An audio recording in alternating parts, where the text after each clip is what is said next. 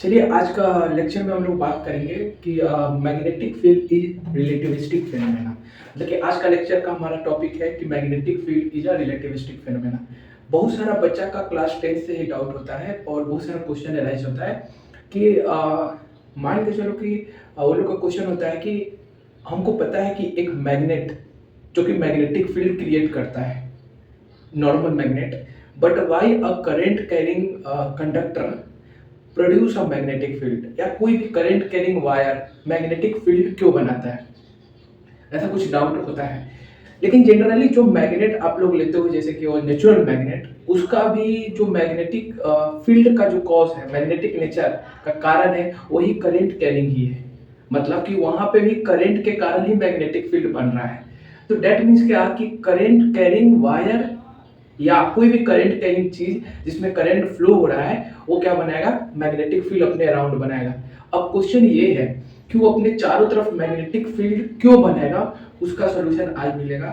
तो हम लोग स्टार्ट कर रहे हैं और टॉपिक मेरा पहला है magnetic field is relativistic phenomena. देखिए हम लिखे क्या है कि magnetic field is a relativistic phenomena. अब ये रिलेटिविस्टिक फेनोमेना किसको बोलते हैं? अब रिलेटिविस्टिक फेनोमेना करने का मतलब कि वो फेनोमेना जिसको explain by the help of theory of relativity से हम लोग एक्सप्लेन करेंगे। मतलब कि जो करेंट कैरिंग वायर है या कोई भी करेंट कैरिंग सब्सटेंस है, वो मैग्नेटिक फील्ड क्यों बनाता है या वो मैग्नेटिक फील्ड एग्जिस्ट क्यों करता है करंट कैरिंग वायर में, उसका जो एक्सप्लेनेशन है या उसका जो प्रूफ है, हम bye the help of theory of relativity के हेल्प से हम इसका प्रूफ देते हैं। तो इसी कारण बोलते हैं कि magnetic field is a relativistic phenomena. मतलब कि by the help of theory of relativity we define the existence of magnetic field. मतलब कि जो मैग्नेटिक फील्ड का एग्जिस्टेंस है उसको by the help of theory of relativity से हम लोग एक्सप्लेन करेंगे। ठीक है। अब हमको क्या है, थ्योरी ऑफ रिलेटिविटी में हमको डीपली बहुत सारा कंसेप्ट को पढ़ना पड़ता है, लेंथ कंट्रैक्शन, टाइम डाइल्यूशन जैसा कंसेप्ट को पढ़ना पड़ता है। लेकिन हम लोग लेंथ कंट्रैक्शन के बारे में जानेंगे। बहुत ज्यादा कॉम्प्लेक्स नहीं, बहुत आसान है और बहुत अच्छा से तरीका से समझ में भी आ जाएगा। तो हम लोग क्या काम कर रहे हैं कि और थ्योरी ऑफ रिलेटिविटी का एक कंसेप्ट लेंथ कंट्रैक्शन के बारे में बात कर रहे हैं। तो हम लोग डिफाइन कर रहे हैं लेंथ कंट्रैक्शन को। Length contraction. अब लेंथ कंट्रैक्शन होता क्या चीज है उसको हम देख रहे हैं। मान के चलिए कि एक वायर है, ठीक है, एक वायर है जिसका सर्टेन लेंथ है। अब इस वायर को हम दो फ्रेम से ऑब्जर्व कर रहे हैं।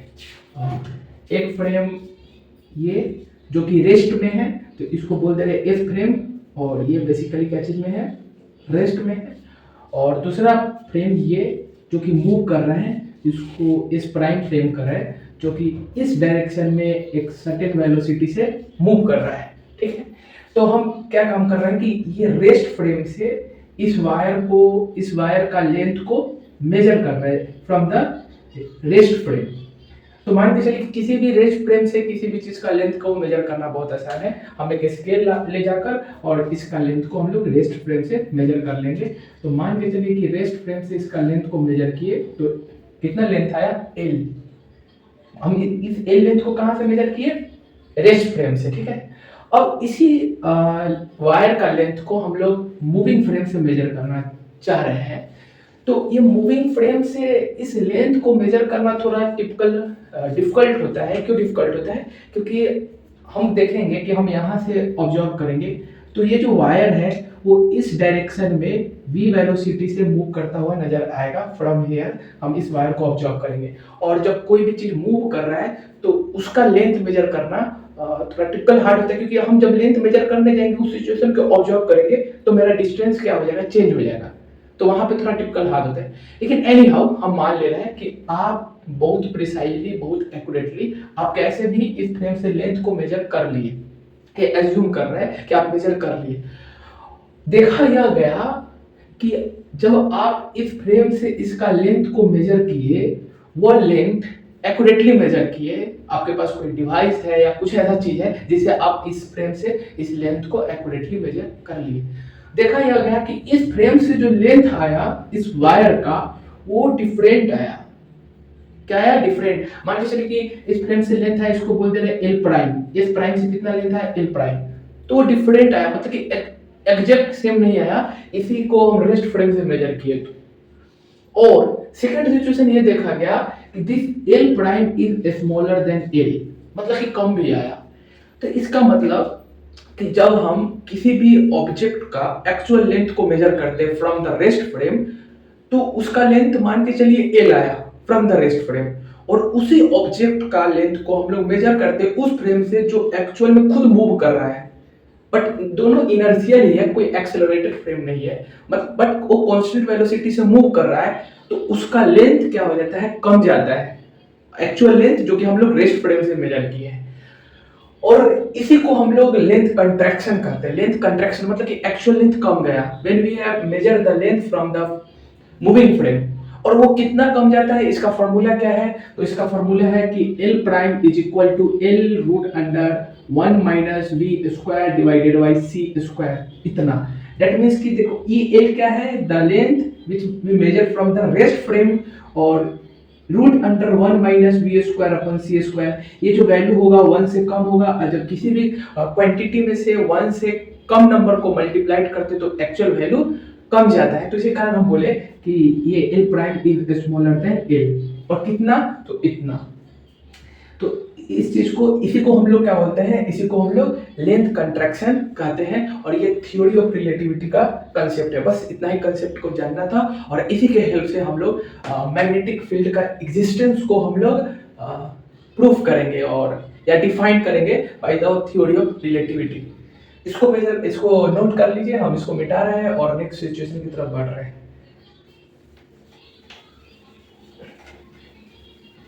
तो हमारा कितना आया था value? L prime that is equal to L root under 1 minus v square divided by c square, ये हमारा लेंथ आया था। अब एक सिचुएशन को हम लोग ले रहे हैं। मान के चलिए कि एक कंडक्टर है कुछ इस प्रकार से, ये कंडक्टर है, मतलब कि एक वायर है जिससे इलेक्ट्रिसिटी फ्लो कर सकता है, मतलब ये कंडक्टर है, ठीक है। इसमें बहुत सारा कर्नल होता है, बहुत सारा पॉजिटिव कर्नल होता है। कर्नल बेसिकली हम लोग किसको बोलते हैं कि मान के चलिए कि हमको पता है कि कंडक्टर के अंदर बहुत सारा फ्री इलेक्ट्रॉन होता है, तो किसी भी एटम से वो फ्री इलेक्ट्रॉन निकल गया तो उस एटम के पास पॉजिटिव चार्ज आ जाएगा, तो इसी पॉजिटिव चार्ज एटम को हम लोग कर्नल बोलते हैं, ठीक है। तो बहुत सारा कर्नल है, और इसी प्रकार से बहुत सारा क्या है, इसमें फ्री इलेक्ट्रॉन भी है, मतलब कि इस कर्नल से निकला हुआ फ्री इलेक्ट्रॉन है, ठीक है। अब हम लोग क्या काम कर रहे हैं कि ये जो इलेक्ट्रॉन है ये मूव कर रहा है इस डायरेक्शन में विथ वेलोसिटी v, मतलब कि जो नेगेटिव चार्ज है फ्री इलेक्ट्रॉन है वो इस डायरेक्शन में v वेलोसिटी से मूव कर रहा है, ठीक है। हम क्या काम किए कि इस हर सिचुएशन को मेजर किए इस फ्रेम से, जो कि बेसिकली क्या चीज में है? रेस्ट में, ठीक है।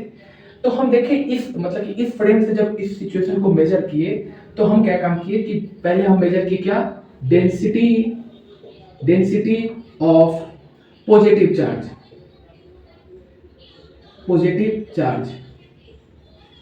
डेंसिटी ऑफ पॉजिटिव चार्ज करने का मतलब कि एक्चुअल में कंडक्टर तो न्यूट्रल है, बट हम बात कर रहे हैं कर्नल का, ठीक है। और ये जो डेंसिटी होगा वो लीनियर डेंसिटी होगा। तो हम इसको कैसे मेजर करेंगे, इसका पॉजिटिव चार्ज को डेंसिटी को? मतलब कि यहाँ पे कुछ लेंथ को काट देंगे, और यहाँ पे मान के चलिए चार्ज कितना है, मान के चलिए dq चार्ज है, और यहाँ का लेंथ कितना है? dl है।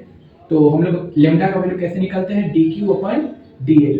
तो इस प्रकार से हम लोग लेमडा को मेजर करेंगे। तो यहाँ पे हम मेजर किए तो डेंसिटी ऑफ पॉजिटिव चार्ज, तो मान के चलिए कि लेमडा प्लस आया, लेमडा प्लस है क्या? डेंसिटी ऑफ पॉजिटिव चार्ज, ठीक है। तो इसी प्रकार से हम लोग क्या काम किए कि इस फ्रेम से डेंसिटी ऑफ निगेटिव चार्ज, जो कि negative charge basically free electron के बारे में ही बोल रहे हैं, तो डेंसिटी ऑफ निगेटिव चार्ज क्या है? मान के चलिए लेमडा माइनस के है, ठीक है।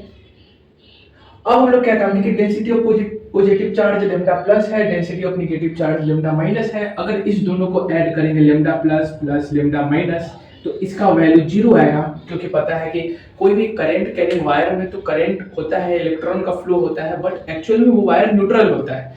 तो इसी कारण इसका नेट डेंसिटी हर जगह पर कितना होगा, 0 होगा, क्योंकि actual wire is a neutral. तो ये क्यों 0 है, बिकॉज वायर जो है क्या है, वायर न्यूट्रल है, न्यूट्रल है। तो इस प्रकार से इस चीज को हम लोग रेस्ट फ्रेम से हम इसको मेजर कर लिए, ठीक है। अब हम लोग क्या काम कर रहे हैं कि इसी सिचुएशन को हम लोग मूविंग फ्रेम से मेजर कर रहे हैं, ठीक है। कैसे, तो इसी सिचुएशन को हम लोग यहाँ पे बना रहे हैं, सेम कंडक्टर सेम सिचुएशन, ये यहाँ पे हम लोग ड्रॉ किए। यहाँ पे भी बहुत पॉजिटिव चार्ज है, मतलब ये कर्नल है, ये कर्नल डिस्ट्रीब्यूटेड है और निगेटिव चार्ज प्रकार से डिस्ट्रीब्यूटेड है। बट अब जो फ्रेम है वो मूविंग फ्रेम है, ठीक है। ये रेस्ट में था, अब ये मूविंग फ्रेम है। तो यहाँ पे ये ना बनाकर हम एक सिचुएशन ले रहे हैं जिसे आप रिलेट कीजिएगा कि एक मूविंग फ्रेम है, मान के चलिए एक कार है जो कि v वेलोसिटी से इस डायरेक्शन में चल रहा है, मतलब यही कार फ्रेम है, और यहाँ पे ऑब्जर्वर बैठा हुआ है, इस कार पे ये ऑब्जर्वर है, ठीक। और ये कार v वेलोसिटी से चल रहा है और सिचुएशन सेम है। तो इस ऑब्जर्वर को ये इलेक्ट्रॉन रेस्ट में दिखेगा, बिकॉज एक्चुअल में जो इलेक्ट्रॉन था वो रेस्ट फ्रेम में कितने स्पीड से आगे घूम रहा था, v स्पीड से, और उतना ही स्पीड से कार भी जा रहा है। तो इलेक्ट्रॉन रेस्ट में दिखेगा, हम लोग रिलेटिव मोशन के बारे में जानते होंगे। तो इस ऑब्जर्वर को ये इलेक्ट्रॉन क्या चीज में दिखेगा, एक्चुअली रेस्ट में दिखेगा। बट यही ऑब्जर्वर को ये जो पॉजिटिव चार्ज है, ये पॉजिटिव चार्ज इस डायरेक्शन में v स्पीड से मूव करता हुआ दिखेगा। मतलब कि हम लोग मूविंग फ्रेम से अब सिचुएशन को जब ऑब्जर्व करना स्टार्ट किए तो इसको निगेटिव चार्ज वो रेस्ट में दिखा, बिकॉज दोनों सेम वेलोसिटी से आगे बढ़ रहा था। और इसी फ्रेम से जब हम पॉजिटिव चार्ज को ऑब्जर्व किए तो अपोजिट डायरेक्शन में v वेलोसिटी से दिखा, मतलब इसको लगा कि पॉजिटिव चार्ज v वेलोसिटी से इधर की ओर जा रहा है। अब हम लोग क्या काम कर रहे हैं कि अब यहां से हम कंसेप्ट के बारे में डिस्कस करेंगे कि हम क्या काम कर रहे हैं कि यहाँ पे दो पॉइंट ले रहे हैं, यहाँ पे दो पॉइंट ले रहे हैं, ऐसे और ऐसे, ठीक है। मतलब कि हम जो सिचुएशन, मतलब कि वो कंडक्टर जो कि रेस्ट में था, वहां पे हम लोग क्या किए कि दो पॉइंट को मार्क किए, दो पॉइंट को क्या किए, मार्क किए। और हम उस दो पॉइंट को जो पॉजिटिव चार्ज पे मार्क किए थे, जो पॉजिटिव चार्ज के अराउंड मार्क किए थे, इसको इस फ्रेम से मेजर किए। तो मान के चलिए इसका लेंथ आया कितना, तो dl।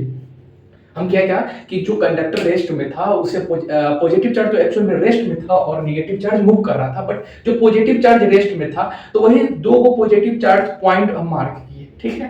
तो और उसका लेंथ को मेजर कर लिए फ्रॉम द रेस्ट फ्रेम, ठीक है। फ्रॉम द मूविंग फ्रेम जब इसी लेंथ को मेजर करेंगे तो ये लेंथ कम दिखेगा ड्यू टू लेंथ कंट्रैक्शन, क्योंकि हम लोग थ्योरी ऑफ रिलेटिविटी का लेंथ कंट्रैक्शन में कंसेप्ट पढ़ चुके हैं कि हम लोग जब मूविंग फ्रेम से किसी भी लेंथ को मेजर करते हैं तो उसका जो लेंथ होता है वो एक्चुअल वैल्यू से कम लेंथ होता है, ठीक है। तो ये जो अब लेंथ आएगा इसी दो पॉइंट का, जो अब लेंथ यहाँ पे मान के चलिए दो पॉइंट यहाँ पे है, अब इसका जो लेंथ आएगा वो dl प्राइम आएगा। और dl प्राइम कितना होगा, तो dl प्राइम होगा, इस फार्मूला से लगा कर देख रहे हैं, तो यहाँ पे dl होगा √1 minus v square upon c square होगा। तो एक्चुअल लेंथ क्या हुआ होगा, घट गया होगा। अब देखिए कंसेप्ट लगाइए कि यहाँ से दो पॉइंट का एक्चुअल लेंथ क्या हो गया, कम गया। कितना टाइम कम गया, तो इतना फैक्टर टाइम कम गया।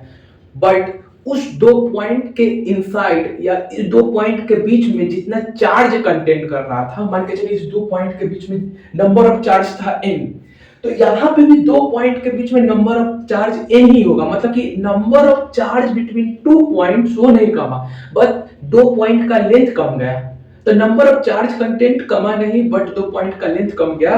तो हम बोल सकते हैं कि डेंसिटी ऑफ पॉजिटिव चार्ज क्या हो गया, इंक्रीज हो गया। क्योंकि डेंसिटी क्या होता है, dq अपन dl, तो dq का वैल्यू दो पॉइंट का सेम है, बट ये जो dl का वैल्यू है वो क्या हुआ, कम गया। तो डिनोमिनेटर का वैल्यू जब कमता है तो एक्चुअल वैल्यू बढ़ जाता है। तो डेंसिटी, अब जो न्यू डेंसिटी होगा, अब देखो लेंथ कितना कमा, तो इतना का फैक्टर कमा।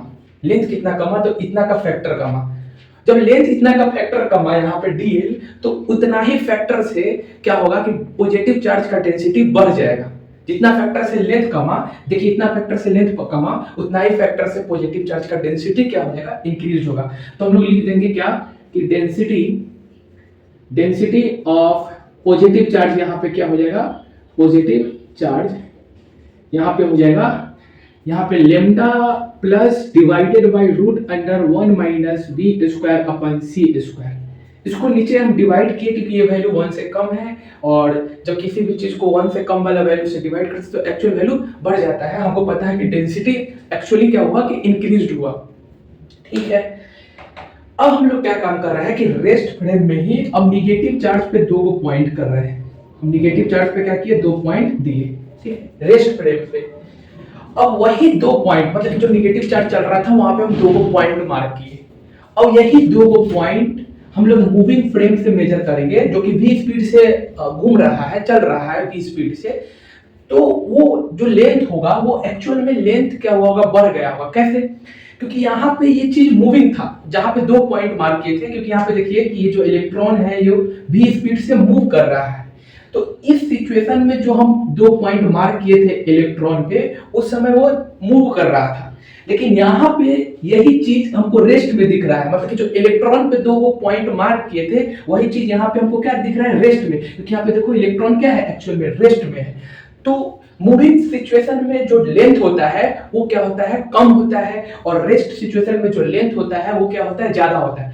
तो मान के चलिए कि यहाँ पे लेंथ क्या था, dl था, तो यहाँ पे लेंथ क्या होगा, यहाँ पे जो dl प्राइम होगा वो किसके बराबर होगा, तो यहाँ पे जो dl प्राइम होगा वो बराबर होगा dl divided by root 1 minus b square upon c square. यहाँ का जो dl प्राइम होगा, मतलब कि निगेटिव चार्ज पे जो 2 पॉइंट को हम लोग मार्क किए थे, मतलब कि इतना टाइम्स क्या हुआ होगा, लेंथ यहाँ इस सिचुएशन में बढ़ गया होगा। अब फिर से कंसेप्ट वही देखिए कि number of negative charge between 2 point वो कमा नहीं होगा, नहीं तो वो बढ़ा होगा, उसमें कोई चेंज नहीं होगा। बस 2 लेंथ का क्या हुआ होगा, यहाँ पे इलोंगेशन हुआ होगा।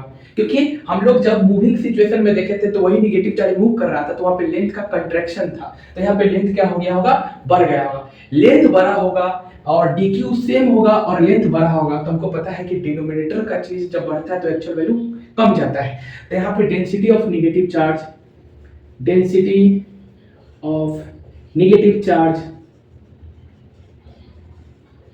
निगेटिव चार्ज क्या हुआ होगा, तो यहाँ पे कमा होगा और कितना हो गया होगा, lambda minus root under 1 minus v square divided by c square. ये अब इस सिचुएशन में, अब हम इस सिचुएशन में जो यहाँ पे जब रेस्ट से दोनों को ऐड किए थे तो वो कितना आया था, 0 आया था। बट इस सिचुएशन में हम दोनों को ऐड करेंगे, तो मान के चलिए कि दोनों को ऐड करने के बाद लेमडा प्राइम डेंसिटी है और वो 0 के इक्वल नहीं आएगा। मतलब कि दोनों को ऐड किए तो नेट डेंसिटी कितना आया, मान के चलिए lambda prime that is not equal to 0, 0 के बराबर नहीं आएगा।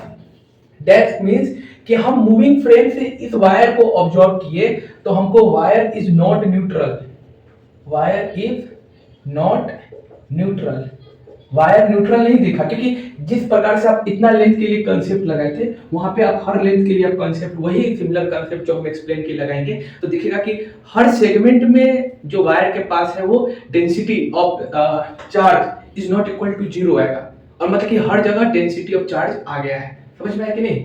तो यहाँ पे हर जगह चार्ज का डिस्ट्रीब्यूशन आ गया है।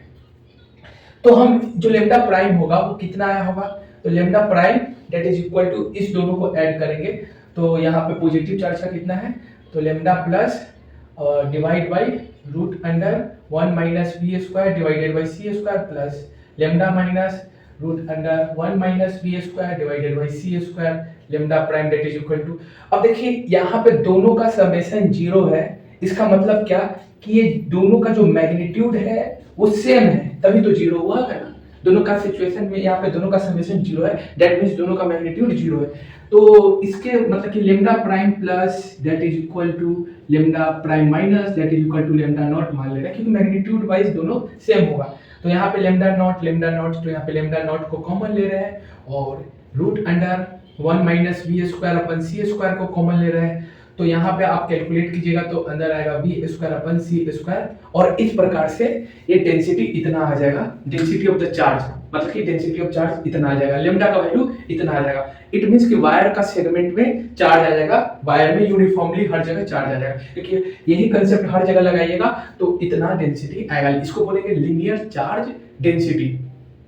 अब बताइए पॉजिटिव है कि निगेटिव है? तो ये पॉजिटिव है। क्यों पॉजिटिव है? क्योंकि हमको पता चला कि पॉजिटिव चार्ज का डेंसिटी बढ़ गया और नेगेटिव चार्ज का डेंसिटी घट गया, तो ओवरऑल इस वायर के पास कौन चार्ज आ गया? तो पॉजिटिव चार्ज आ गया। तो इस सेगमेंट ऑफ द वायर में क्या आ गया? Positive charge. और कितना है? इतना है। तो कंसेप्ट क्या है?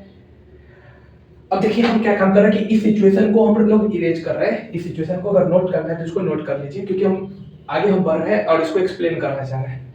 तो इसको मिटा दे रहे हैं।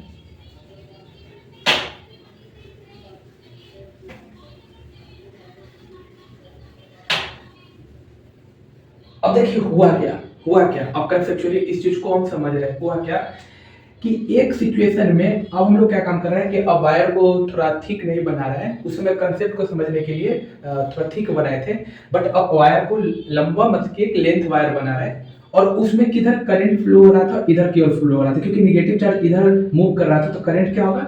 वेलोसिटी ऑफ निगेटिव चार्ज का अपोजिट में क्या होता है? करंट होता है। तो इधर करंट मतलब कि फ्लो कर रहा था।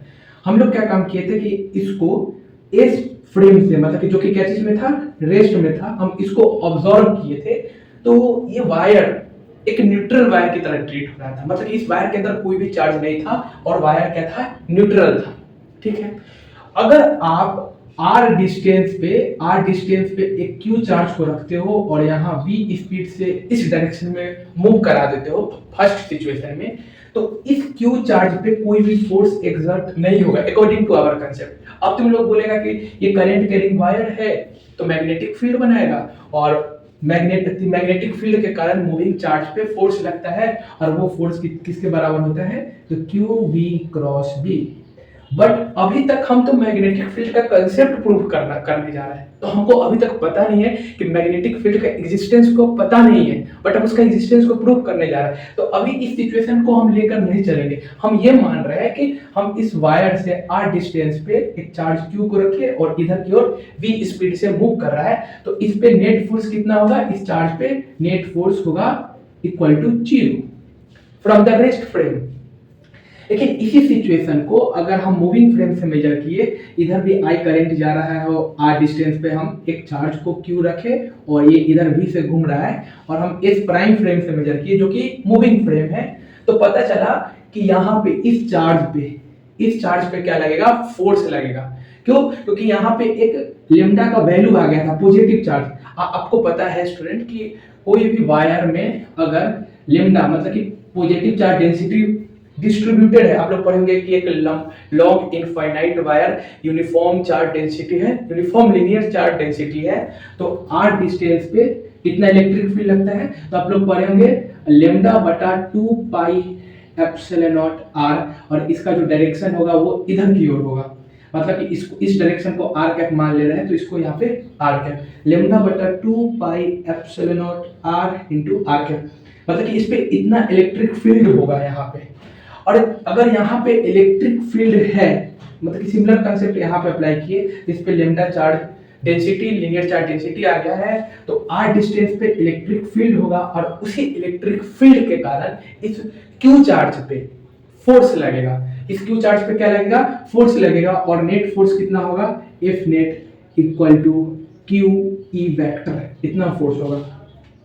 तो एक फ्रेम से हम लोग इस चार्ज को सिचुएशन को ऑब्जर्व किए, तो देखिए कि कोई फोर्स नहीं लग रहा है और ये v कांस्टेंट वेलोसिटी से इधर ये चार्ज मूव कर रहा है।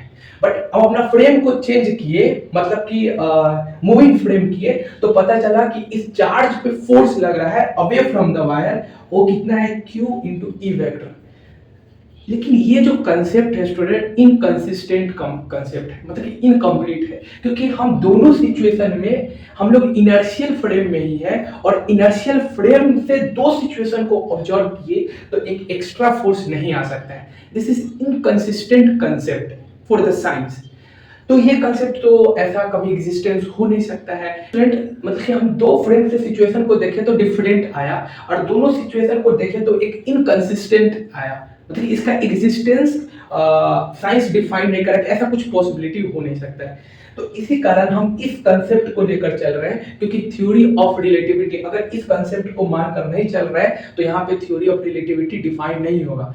तो हम इस सिचुएशन को लेकर चल रहे हैं। अब इस सिचुएशन को क्यों नेग्लेक्ट कर रहे हैं? क्योंकि हमको पता है कि रियली अगर एक करंट कैरिंग वायर है मतलब कि हम लोग प्रैक्टिकली इस चीज को देख चुके हैं कि एक करंट कैरिंग वायर है और आर डिस्टेंस पे अगर वो मूव कर रहा है तो उस पे फोर्स लगता है। कितना फोर्स लगता है? F is equal to q v cross b, that means इतना लगता है। ये तो हमको पता है नेचुरली। अब मान के चलिए कि इसका फॉर्मूला नहीं पता है, बट प्रैक्टिकली एक करंट कैरिंग वायर जब मैग्नेटिक फील्ड में मूव कर रहा है तो आपको फोर्स तो दिख रहा है, और हम रेस्ट सिचुएशन से हम सिचुएशन को ऑब्जर्व कर रहे हैं तो कोई भी फोर्स का एग्जिस्टेंस पता नहीं चल रहा है, बट थ्योरी ऑफ रिलेटिविटी के हेल्प से उसी सिचुएशन को ऑब्जर्व कर रहे हैं तो हमको फोर्स का एग्जिस्टेंस का पता चल रहा है। तो इसका मतलब कि इस सिचुएशन को हम लेकर हम कंसेप्ट को आगे बढ़ाएंगे और दोनों सिचुएशन में कंसिस्टेंट, मतलब कि एक ऐसा कंसेप्ट लेंगे जो दोनों सिचुएशन में क्या कंसिस्टेंट हो। तो उसके लिए हम लोग क्या काम कर रहे हैं, इस फॉर्मूला को आगे बढ़ा रहे हैं, इसको मिटा दे रहे हैं ये, और इसको यहाँ पे बना दे रहे हैं। मतलब कि हम कौन फ्रेम से, इस प्राइम फ्रेम से सिचुएशन को ऑब्जर्व कर रहे हैं और वायर में आई करंट इधर जा रहा है। हम लोग आर डिस्टेंस पे एक चार्ज क्यू को रखे थे जो बेसिकली ये जो चार्ज होगा इस प्राइम फ्रेम में वो रेस्ट में होगा, क्योंकि ये चार्ज इधर वी से चल रहा है और इस प्राइम फ्रेम भी इधर वी से चल रहा है, तो बेसिकली क्या होगा, रेस्ट में होगा। तो इस पे फोर्स कितना लगेगा, F is equal to q e vector, because इस पे एक लेमडा चार्ज मतलब कि लीनियर चार्ज डेंसिटी आ गया था, तो इस पे एक फोर्स लगेगा क्यू ई वेक्टर के बराबर लगेगा। ठीक है, चलिए हम लोग F is equal to q और ई कितना होता है इस लीनियर चार्ज के कारण, अभी हम लोग देखे लेमडा बटा 2 पाई एप्सिलॉन नॉट आर, और यहाँ पे आर कैप, इतना फोर्स होगा। ठीक है, अब देखिए इसको हम आगे बढ़ा रहे हैं। F is equal to q lambda, lambda कितना आया था स्टूडेंट, लेमडा इतना ही आया था। इसको देखिए तो हम इसको लिख दे रहे हैं lambda naught divide by root under 1 minus b square divide by c square, और बी स्क्वायर बटा सी स्क्वायर, यहाँ पे लेमडा को वैल्यू रख दिए और इंटू 1 बटा क्या हो जाएगा 2 pi epsilon naught r cap, इतना फोर्स आ जाएगा स्टूडेंट। अब देखिए हम लोग यहाँ पे हमको पता है, एक चीज पता होना चाहिए कि म्यू नॉट क्या होता है स्टूडेंट, 1 बटा सी स्क्वायर और एप्सिलॉन नॉट। म्यू नॉट इसको बोलते हैं परमिएबिलिटी ऑफ द मीडियम।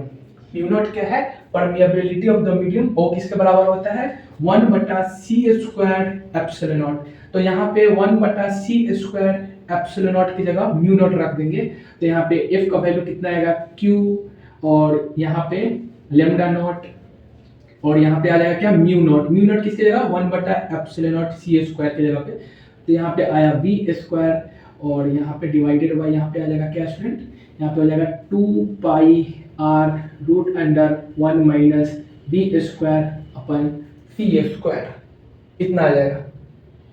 ठीक है, अब इसी सिचुएशन को इस प्रकार से लिख रहे हैं, F इज इक्वल टू हम यहाँ पे लिख दे रहे हैं Q म्यू नॉट, यहाँ पे लिख दे रहे हैं V और लेमडा नॉट, और इधर सेपरेट V लिख दे रहे हैं, और divided by 2 pi R root under 1 minus b square upon c square. अब एक कंसेप्ट आपको पता होना चाहिए, हम ये बता दे रहे हैं इधर, देखिए ये कंसेप्ट 1 था, ये इस प्राइम, ये कंसेप्ट 1, यहाँ पे कंसेप्ट 2 जो कि आपको पता होना चाहिए कि अगर मान के चलिए एक वायर है, ठीक है, और वायर में क्या होता है स्टूडेंट कि वायर में फ्री चार्ज है, ठीक है, वो फ्री चार्ज डेंसिटी लेमडा है, और ये जो चार्ज है v स्पीड से मूव कर रहा है, मतलब कि एक वायर है जिसमें फ्री चार्ज डेंसिटी कितना है लेमडा, और v स्पीड से वो जो फ्री चार्ज है वो मूव कर रहा है, तो उसमें करंट कितना होता है स्टूडेंट, तो करंट होता है I is equal to lambda into v, I is equal to lambda into v. तो यहाँ पे लेमडा नॉट इंटू वी, यहाँ पे क्या हो जाएगा I होगा, क्योंकि लेमडा नॉट क्या था फ्री चार्ज डेंसिटी, जब इस सिचुएशन को हम लोग रेस्ट फ्रेम से मेजर किए थे, तो हम F is equal to q mu naught v lambda into v को हम लोग लेमडा नॉट इंटू वी को I लिख सकते हैं divide by 2 pi R root under 1 minus b square upon c square. यहाँ पे हम लोग यहाँ तक पहुंच गए स्टूडेंट। अब यहाँ पे इसको मिटा दे रहे हैं, इसको और इसको भी मिटा दे रहे हैं, आप इसको लिख सकते हो कंसेप्ट को। चलिए हम इसको आगे कर रहे हैं, इसको प्रोसीड कर रहे हैं आगे की तरफ।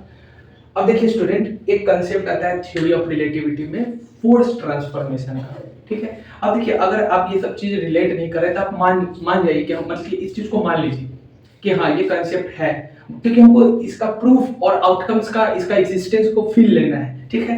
तो एक थ्योरी ऑफ रिलेटिविटी में फोर्स ट्रांसफॉर्मेशन का कंसेप्ट होता है। बेसिकली फोर्स ट्रांसफॉर्मेशन होता क्या है कि अगर आप किसी भी ऑब्जेक्ट में अगर आप मूविंग फ्रेम से उस ऑब्जेक्ट में फोर्स को मेजर किए, ठीक है, तो आपका कुछ वैल्यू आया, मतलब कि you measure the force of any on any object, तो कुछ फोर्स का वैल्यू आया।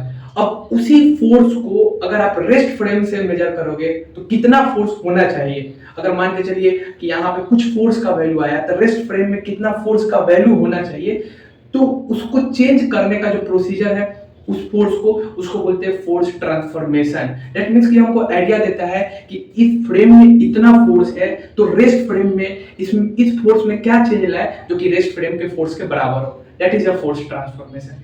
तो इसको हम लोग फोर्स ट्रांसफॉर्मेशन का कंसेप्ट से देखें, फोर्स ट्रांसफॉर्मेशन कंसेप्ट इसमें अप्लाई करें, क्योंकि ये जो फोर्स कैलकुलेट किए थे स्टूडेंट वो किस फ्रेम से कैलकुलेट किए थे, एस प्राइम, जो कि एक मूविंग फ्रेम था। बट हम क्या काम कर रहे हैं कि हम ये बताना चाह रहे हैं कि ये जो फोर्स है वो रेस्ट फ्रेम में कितना होगा, और इसी की हेल्प से बताना चाह रहा है। तो हम लोग कौन कंसेप्ट लगाएंगे, फोर्स ट्रांसफॉर्मेशन। अब फोर्स ट्रांसफॉर्मेशन का कंसेप्ट लगाएंगे स्टूडेंट, तो ये वाला वैल्यू को हम लोग एलिमिनेट कर देते हैं और यहाँ पे वैल्यू क्या आ जाएगा स्टूडेंट, तो F इज इक्वल टू आ जाएगा Q mu naught v I divided by 2 pi r, इतना आ जाएगा स्टूडेंट, ये इतना फोर्स आएगा। अब देखिए स्टूडेंट ये किस फ्रेम में आएगा, तो रेस्ट फ्रेम में इतना फोर्स आएगा। अब देखिए हम इसको फॉर्मूला को ऐसे लिख रहे हैं, q v I divided by 2 pi r, q v I divided by 2 pi r हम यहाँ पे लिख दे रहे स्टूडेंट म्यू नॉट। देखिए student q is the property of the charge, q क्या है, मैग्नेट, मतलब ये चार्ज है, ठीक है, चार्ज का मैग्नीट्यूड है। वी क्या है, इस चार्ज का स्पीड, जो कि रेस्ट फ्रेम था। रेस्ट फ्रेम में हम लोग क्या देखे थे स्टूडेंट, इधर आई करंट जा रहा था, आर डिस्टेंस पे एक क्यू चार्ज रखे थे और ये वी स्पीड से इधर की ओर मूव कर रहा था।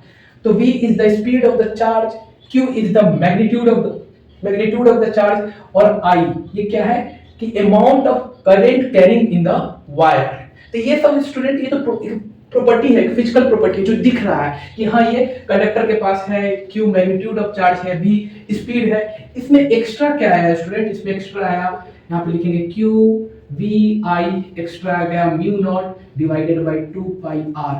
और ये जो एक्स्ट्रा आया स्टूडेंट, ये जो एक्स्ट्रा आया इसको हम लोग मैग्नेटिक फील्ड बोल दिए। मैग्नेटिक फील्ड क्यों बोल दिए स्टूडेंट, कि एक्चुअल में हम लोग रेस्ट फ्रेम से देखे स्टूडेंट तो वायर एक्चुअल में क्या था, न्यूट्रल था।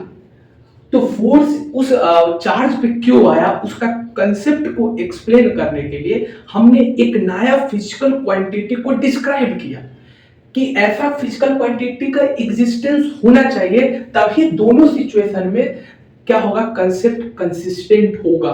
That means a current carrying wire must be produced a magnetic field. Why it produce a magnetic field, अगर हम, क्योंकि तभी दोनों कंसेप्ट क्या होगा, कंसिस्टेंट बनेगा। तो मैंने एक क्वांटिटी को डिस्क्राइब किया दोनों में कंसिस्टेंट बनाने के लिए, और इसको मैंने मैग्नेटिक फील्ड बोल दिया कि current carrying wire produce a magnetic field, ठीक है। क्योंकि रेस्ट फ्रेम में ऐसा कुछ सिचुएशन नहीं दिख रहा था। इसी चीज को अगर मूविंग फ्रेम से देखें तो there is no magnetic field, यहाँ पे ये इलेक्ट्रिक फील्ड के कारण फोर्स लग रहा है। लेकिन आप रेस्ट फ्रेम से उसको इलेक्ट्रिक फील्ड नहीं बोल सकते हो, because wire is a neutral from the rest frame.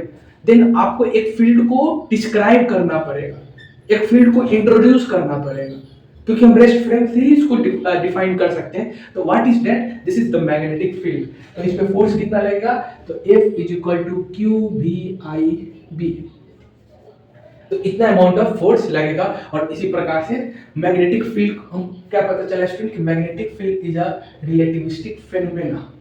It means कि हम रेस्ट फ्रेम से इसको मैग्नेटिक फील्ड बोल रहे हैं, और वही मूविंग फ्रेम से this is not a new types of field, ये एक इलेक्ट्रिक फील्ड का ही एक रिलेटिविस्टिक फेनोमेना है। तो यही रहा।